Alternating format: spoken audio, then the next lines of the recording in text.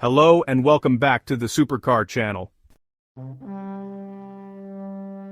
We've got a Titanic budget SUV battle for you today, pitting two titans of toughness against each other. Forget the pavement. We're heading straight for the mud, rocks, and sand to find out which is the ultimate affordable off-roader. It's the brand new, bigger, bolder Dacia Bigster against the legendary rugged champion, the Dacia Duster, both in their 2026 4x4 forms.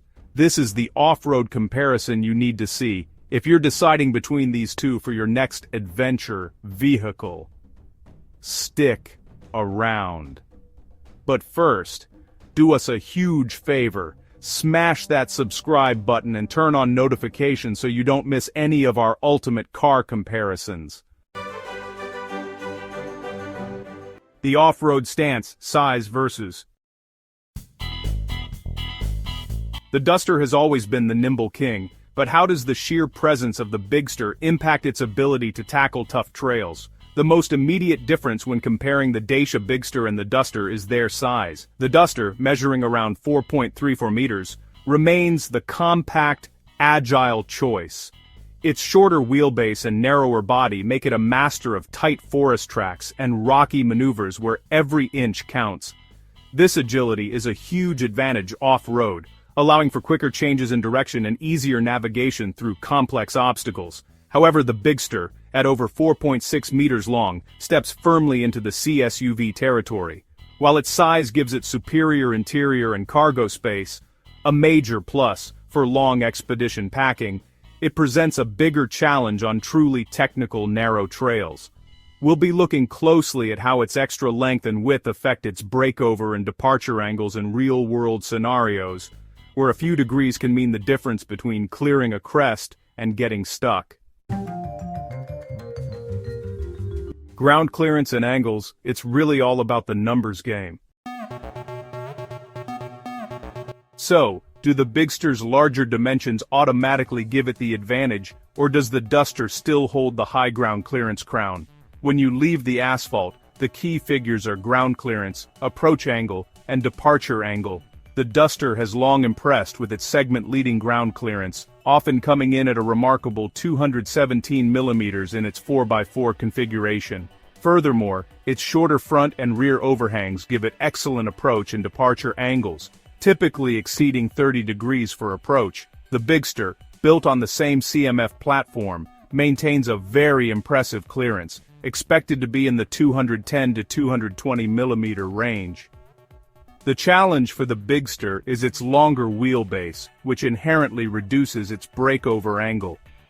In our testing, we found that on steep, rounded crests, the Bigster requires more careful line selection to avoid scraping its underside, whereas the Duster glides over with minimal fuss.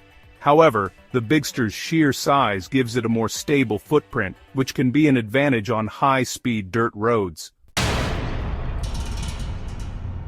The 4x4 system and terrain modes, it's really about tech versus tradition.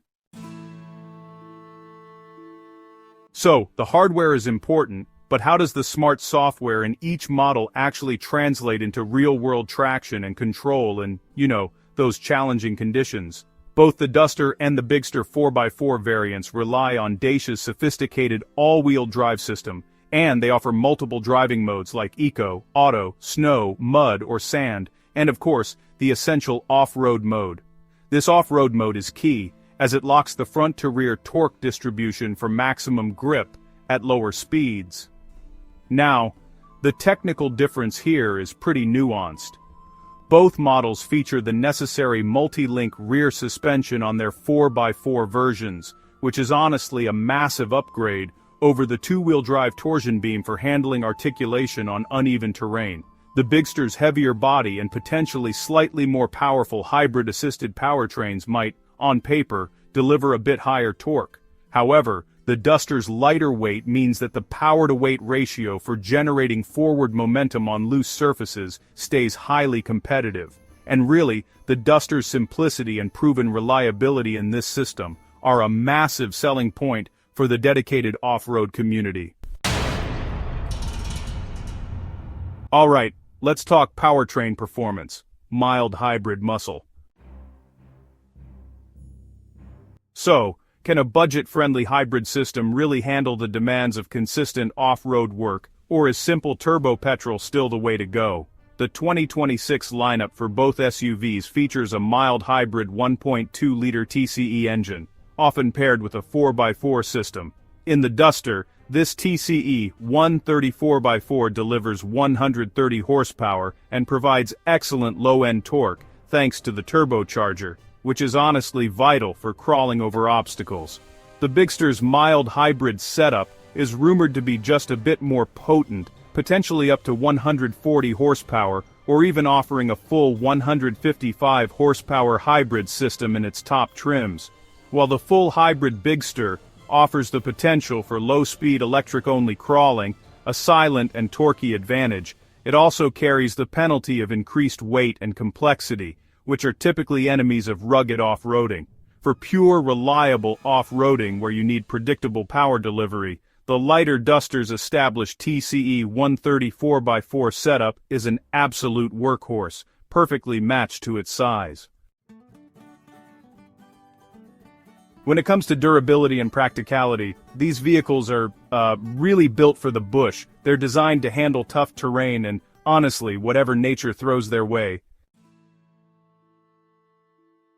Off-roading isn't just about capability, it's about surviving the environment. So, which Dacia is better built to take the punishment? Dacia has really cemented its philosophy of tough and essential, and honestly, both cars are proof of that. One major advantage for both is the extensive use of Starkle plastic cladding, which is this super durable, scratch-resistant and recycled material that protects the lower body from rock chips and scrapes.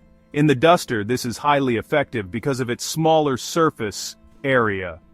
Meanwhile, the Bigster, with its larger panels and bolder styling, features an even more pronounced rugged aesthetic.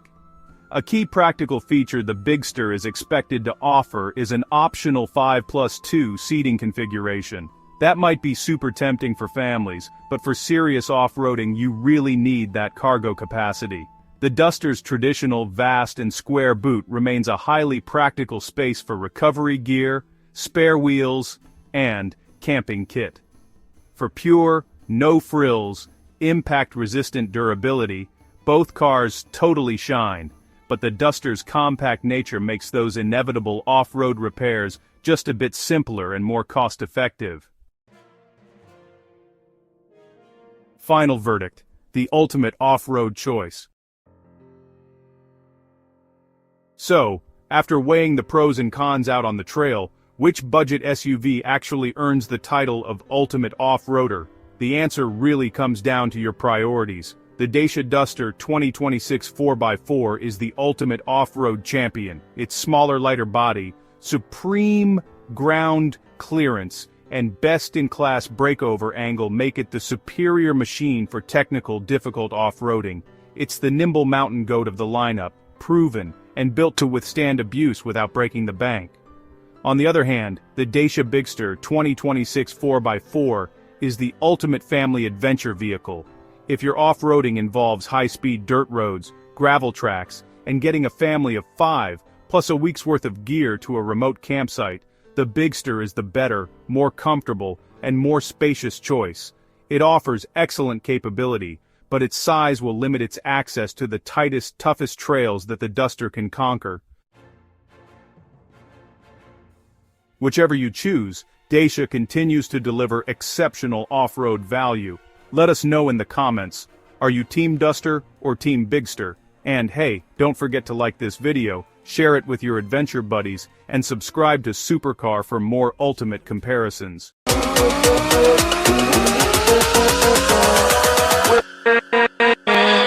With